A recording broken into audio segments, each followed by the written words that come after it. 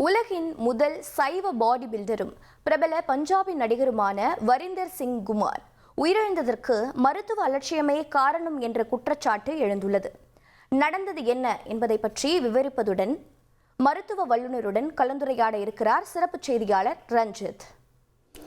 வணக்கம் நேயர்களே. உலகின் முதல் சைவ பாடி பில்டர் கேட்கும் போதே உங்களுக்கு ஆச்சரியமா இருக்கலாம். ஏன்னா பாடி பில்டிங் துறையில் இருக்கும் எல்லோருக்குமே கட்டுமஸ்தான உடல் வளர்ச்சிக்கு அதிகமாக தேவைப்படுகின்ற புரோட்டீனுக்காக நான்வெஜ் அதிகமாக சாப்பிடுவாங்க. உடம்பை கட்டுக்கோப்பாக வைத்துக்கொள்ள அசைவம் ரொம்ப தேவைப்படும். அப்படி இருக்கும்போது சைவ உணவை மட்டுமே சாப்பிட்டு தன் உடலை இரும்பு போல திடகாத்திரமாக வைத்திருந்தவர் தான் பஞ்சாபை சேர்ந்த பிரபல நடிகரும் பாடி பில்டிங் வீரருமான வரிந்தர் சிங் குமார். இவருடைய திடீர் உயிரிழப்பு இப்ப பெரும் சர்ச்சையை ஏற்படுத்தி இருக்குங்க. முதல்ல இவர் யார் என்று பார்த்து விடலாம். பஞ்சாப் மாநிலம் குர்தாஸ்பூரை சேர்ந்தவர். இவர் அடிப்படையில் தற்போது இவருக்கு வயது வெறும் 41 தான் ஆகின்றது. பிரபல ஹாலிவுட் நடிகர் இருக்கார் இல்லையா, அர்னால்ட், அவரே வியந்து பாராட்டிய நபர் இவர். இப்ப வயது 41 தான். 2027 பஞ்சாப்ல சட்டமன்ற தேர்தல் நடைபெற இருக்கிறது. இந்த சட்டமன்ற தேர்தலில் போட்டியிட போவதாக இவர் ஏற்கனவே அறிவிச்சிருந்தார். இது மட்டும் இல்லாம சினிமா மற்றும் பாடி பில்டிங் இரண்டிலுமே இவர் ஒரே நேரத்தில் கவனம் செலுத்தி கொண்டிருக்கிறார். குறிப்பிட்டு சொல்லணும் அப்படின்னா 2009 மிஸ்டர் இந்தியா பட்டத்தை வென்றவர். இது மட்டும் இல்லாம மிஸ்டர் ஆசியா ரன்னர் அப் சர்வதேச பாடி பில்டிங் போட்டிகளில் இந்தியாவின் சார்பாக கலந்து கொண்டதன் மூலமாக உலக அளவில் புகழ் பெற்றவர்.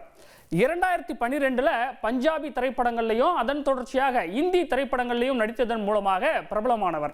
2023 வெளியான சல்மான் கானின் டைகர் 3 திரைப்படத்தில் வரிந்தர் சிங் குமார் முக்கியமான ஒரு கதாபாத்திரத்தில் நடிச்சிருந்தாரு. இந்த படம் இவருக்கு பெரும் வரவேற்பை பெற்று தந்தது. சொந்தமாக உடற்பயிற்சி கூடம் நடத்தி வந்தார். அவ்வப்போது தன்னுடைய சமூக வலைதள பக்கத்தில் உடற்பயிற்சி தொடர்பாக பல வீடியோக்களை பதிவிட்டதன் மூலம் பலருக்கும் ஊக்கமாக இருந்தார். ஏறக்குறைய 1 மில்லியனுக்கும் அதிகமான ஃபாலோவர்ஸ் அவருக்கு சோசியல் மீடியாவில் இருக்காங்க. இளம் வயதில் இப்படி ஒரு பேரும் புகழும் பெற்றிருந்தவர் திடீர்னு 41 வயதிலேயே மரணமடைந்திருப்பது பல்வேறு கேள்விகளையும் சந்தேகங்களையும் ஏற்படுத்தியிருக்கு. நடந்தது என்னன்னா, ஒரு சில நாட்களுக்கு முன்ன உடற்பயிற்சி செய்து கொண்டிருக்கும் போது தோள்பட்டையில் ஒரு சின்ன காயம் ஏற்பட்டு அமிர்தசரஸில் இருக்கக்கூடிய ஒரு தனியார் மருத்துவமனையில் அனுமதிக்கப்படுறாருங்க. வலது தோள்பட்டையில் தாங்க முடியாத ஒரு வலி, கையை தூக்கவே முடியல, கழுத்தை சுற்றிலும் வலி இருந்ததா சொல்லப்படுது. அவரை பரிசோதித்த மருத்துவர்கள் சின்னதாக ஒரு ஆப்ரேஷன் பண்ணால் சரியாக போயிடும், ஆப்ரேஷன் 1 அல்லது 2 மணி நேரத்தில் முடிஞ்சிடும், அதே நாளில் வீட்டுக்கு டிஸ்சார்ஜ் பண்ணி அனுப்பிடுவோம்னு சொல்லியிருக்கிறாங்க. ஆனால் திட்டமிட்டபடி ஆப்ரேஷன் முடிஞ்ச அடுத்த 2 மணி நேரத்திற்குள்ளாகவே திடீர்னு கார்டியாக் அரெஸ்ட் வந்து அவர் உயிரிழந்து விட்டார். இந்த உயிரிழப்பு தேசிய அளவில் பெரும் அதிர்வலைகளை உண்டாக்கியுள்ளது. அவருக்கு சுகர், பிபி இந்த மாதிரி வேறு எந்த இணை நோய்கள், அதாவது கோமார்பிட்டிஸ்ன்னு சொல்லுவாங்க இல்லையா, இது எதுவுமே இல்லைன்னு மருத்துவமனை வெளியிட்ட அறிக்கையிலும் சொல்லப்பட்டிருக்கின்றது மிக தெளிவாக. ஆனால் இறந்தது எப்படின்னு அவர்களாலேயே கண்டுபிடிக்க முடியலையாம். இங்கே தான் ஒரு மிகப்பெரிய ஒரு ட்விஸ்ட் இருக்கு.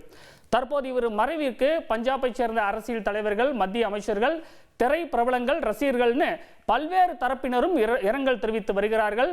இந்த நேரத்தில் நம்மிடையே பிரபல இதய அறுவை சிகிச்சை நிபுணர், சென்னையில் உள்ள தனியார் மருத்துவமனையில் பணியாற்றக்கூடியவர் டாக்டர் செந்தில்குமார் நம்மிடையே இணைந்திருக்கிறார். அவரிடம் இது பற்றிய கேள்விகளை நாம் முன்வைக்கலாம். சார் வணக்கம், இணைப்பில் இணைந்தமைக்கு நன்றி. சார், இப்ப உயிரிழந்த இவருக்கு arthroscopic rotator cuff repair with biceps tenodesis நடந்திருக்கு. அப்படின்னா என்ன சார், சுருக்கமா மக்களுக்கு புரியுற மாதிரி? இது சர்ஜரி வந்து மைக்ரோஸ்கோபிக்கா சின்ன ஓட்டை போட்டுட்டு சிறு துளையில சர்ஜரி பண்ணுவாங்க. ரொட்டேட்டர் கஃப் இன்ஜுரி, யூஸ்வலா கையில ஷோல்டர் கஃப் இன்ஜுரியில இருக்கும்.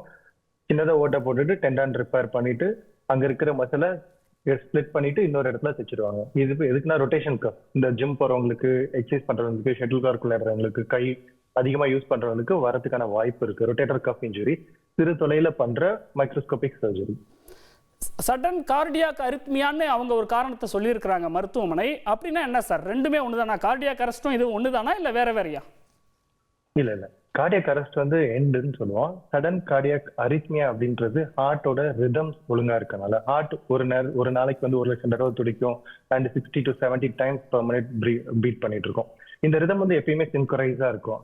ஏட்ரியம்ல இருந்து வென்ட்ரிக்கிள் போறோம், வென்ட்ரிக்கிள்ல இருந்து இது போகும். ஸோ தட் பிளட் வந்து கரெக்டா பம்ப் பண்றதுக்கு யூஸ் ஆகும். இப்போ இந்த ரிதம் ஒழுங்கா இல்ல, அரித்மியா வருது, வென்ட்ரிகுலர் டாக்கிகார்டியா வருது, வென்ட்ரிகுலர் ஃபிப்ரிலேஷன் இருக்குன்னா ஹார்ட்டோட பம்பிங் என்னன்னா ஃபிப்ரிலேட் ஆகும். ஃபிப்ரிலேட் ஆகும்போது பம்பிங் கெப்பாசிட்டி ரொம்ப கம்மியாச்சுன்னா இவங்க கார்டியாக் அரெஸ்ட்டுக்கு லீட் ஆயிடுவாங்க. ஸோ சின்கரைசிங் ரிதம் இல்லாம இருக்கிறதுனால ஹார்ட் அரித்மியாஸ் வரலாம் மோஸ்டா. சரி, இப்போ இவருடைய உடல் வந்து நீல நிறமா மாறிடுச்சு, அதனால அவங்க குடும்பத்தினர் உறவினர்கள் என்ன சொல்றாங்க, மருத்துவமனையின் அலட்சியம் காரணமா இருக்கும் அந்த அறுவை சிகிச்சையில அப்படின்றாங்க. உங்களுடைய கருத்து என்ன? ப்ளூ கலர் டிஸ்கலரேஷனை வச்சு மெடிக்கல் நெக்லிஜென்ஸ் இருக்குமானா கண்டிப்பா இருக்காது. சில பாய்சனிங்ல ப்ளூ கலர் டிஸ்கலரேஷன்ஸ் வரலாம், பட் அது அட்டாப்சியில தெரிஞ்சிடும். யூஸ்வலாவே ஒருத்தர் இறக்குறாங்க அப்படின்னா ஃபர்ஸ்ட் நீல கலர்ல மாறிடுவாங்க. எப்படின்னா ஆக்சிஜன் பிளட்ல இருந்ததுன்னா மட்டும்தான் பிங்க் கலரோ பர்பிள் கலரோ தெரிவாங்க. அது depends upon the skin texture. இப்போ ஒயிட்டா ஃபேரா இருக்கிறவங்களுக்கு they will know like they are பர்பிளா தெரிவாங்க, பிங்கா தெரிவாங்க.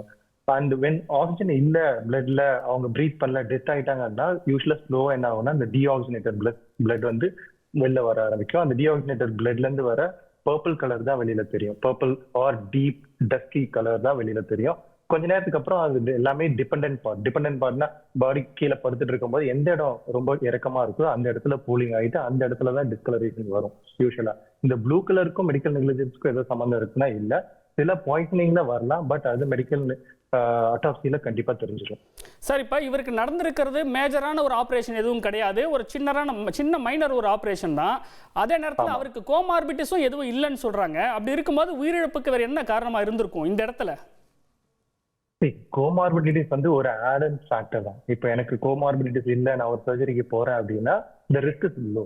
பட் ரிஸ்க்குக்கும் கோமார்பிடிட்டிஸ் சம்மந்தம் இல்லை. கோமார்பிடிட்டிஸ் இருக்கு அப்படின்றதால they are not like immune to death, அந்த மாதிரி எல்லாம் இல்லை. Comorbidities is add factor. Comorbid diabetes hypertension இருக்குன்னா they have more risk compared with the normal general population. So கோமார்பிடிட்டிக்கும் உயிரிழக்க காரணத்தையும் ரிஸ்கையும் ரிலேட் பண்ண வேண்டாம். ஓகேங்களா? ஸோ ரிஸ்க் எதனால வந்திருக்கலாம், இந்த கோமார்பிடிஸ் இருக்கனால சடனா ஏன் டெத் வந்திருக்கலாம் அப்படின்னா அவங்களுக்கு சடனா எம்ஐ வந்திருக்கலாம், இல்ல சடனா ஒரு பிரெயின்ல ஒரு ரப்சர் வந்திருக்கலாம், இல்ல ஒரு எலக்ட்ரோலைட் இம்பேலன்ஸ் வந்திருக்கலாம். இது எப்போ வேணாலும் நடந்திருக்கலாம். சர்ஜரிக்கு முன்னாடி நடந்திருக்கலாம், சர்ஜரிக்கு அப்புறம் நடந்திருக்கலாம், இல்ல சர்ஜரி அப்போ கூட நடந்திருக்கலாம். நிறைய பாசிபிலிட்டிஸ் இருக்கு.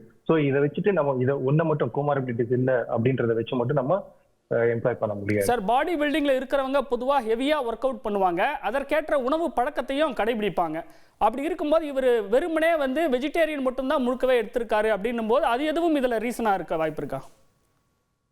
Vegetarian diet plays a main role, but இந்த பாடி பில்டர்ஸ் எல்லாமே apart from diet என்ன பண்ணுவாங்கன்னா they will take lot of added proteins, external proteins, supplement proteins.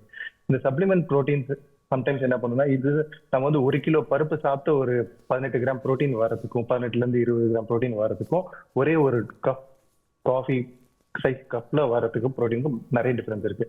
இதுக்கும் ஆட் ஆன் எஃபெக்ட் இருக்கு, நான் இல்லைன்னு சொல்லல. பட் என்னன்னா அது கம்மியா சாப்பிடும்போது, சப்ளிமெண்ட் அதிகமா எடுக்கும்போது, இல்ல அது கூட அனபாலிக் ஸ்டீராய்ட்ஸ் எடுக்கும்போது the chance of getting arrhythmias are more. It's a proven factor. And whenever the heart என்ன பண்ணுன்னா, இப்போ பாடி பில்ட் பண்ணிட்டு இருக்கும்போது ஒவ்வொரு மசிலுக்கும் பம்ப் பண்றதுக்கு ஹார்ட் விக்ரஸா பம்ப் பண்ணிட்டே இருக்கும். பம்ப் பண்ணிட்டு இருக்கும்போது ஹார்ட்டும் கொஞ்சம் பல்கியா இருக்கும். அப்போ சின்ன எலக்ட்ரோலைட் இம்பேலன்ஸ் வரும்போது இந்த மாதிரி அரித்மியாஸ் வரதுக்கான பாசிபிலிட்டிஸ் அதிகமா இருக்கு. சார், இப்போ கோவிட் காலத்துக்கு பிறகு குறிப்பாக இது மாதிரியான அசாதாரண மரணங்கள் வந்து தேசிய அளவில் வந்து அதிகரிச்சுக்கிட்டு இருக்கு. உதாரணமாக ஜிம்மில் ஒர்க் அவுட் பண்ணிக்கிட்டு இருக்கும்போதே சுருண்டு விழுந்து உயிரிழந்துடுறாங்க, ஒரு பார்ட்டியில் நடனம் ஆடிக்கிட்டு கொண்டிருக்கும் போதே வந்து உயிரிழந்துடுறாங்க. இதெல்லாம் எதை உணர்த்துது சார்? இது லைஃப் ஸ்டைல் சேஞ்சஸ் தான் மேஜரா. நம்ம லைஃப் ஸ்டைல் சேஞ்ச் பண்ணோம், அண்ட் நிறைய ஹேபிட்ஸை மாற்றணும், அண்ட் சப்ளிமெண்ட்ஸ் கம்மி பண்ணணும். இதுதான் மேஜர். கோவிடோட வேக்சினுக்கும் கோவிட் ப்ரீ இருக்கும் அசோசியேட் ஃபேக்டர்ஸ் எதுவுமே இப்போ வரைக்கும் ப்ரூவன் ஃபேக்டர் எதுவுமே இல்லை. நம்ம எல்லாமே சொல்லிட்டு தான் இருக்கோம் கோவிட் வேக்சின் போடுறதுனால வருதுன்ட்டு. But there is no proven factor, and government has very clearly said that இதுக்கும் அதுக்கு அசோசியேஷன் இல்லை, and worldwide it has not proved anywhere. So இது மோஸ்ட்லி லைஃப் ஸ்டைல் ஃபேக்டர் தான். சார், இணைப்பில் வந்து உங்களுடைய கருத்துக்களை பகிர்ந்து கொண்டமைக்கு மிக்க நன்றி சார். Thank you sir. நேரிலே தற்போது இந்த 41 வயதான பிரபல பாடி பில்டிங் வீரர், அது மட்டும் இல்லாமல் பஞ்சாப்லேயும் இந்தியிலையும் இவர் வந்து நிறைய திரைப்படங்களில் நடித்திருக்கிறார். அதன் காரணமாக உள்ளூரில் மிக பிரபலமாக அறியப்படுகின்றார்.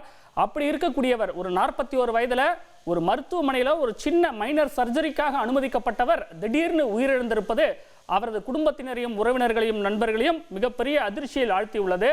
இது தொடர்பான முழுமையான விசாரணைக்கு பிறகே அதற்கான காரணம் என்ன என்று தெரிய வரும் என்று எதிர்பார்க்கப்படுகிறது.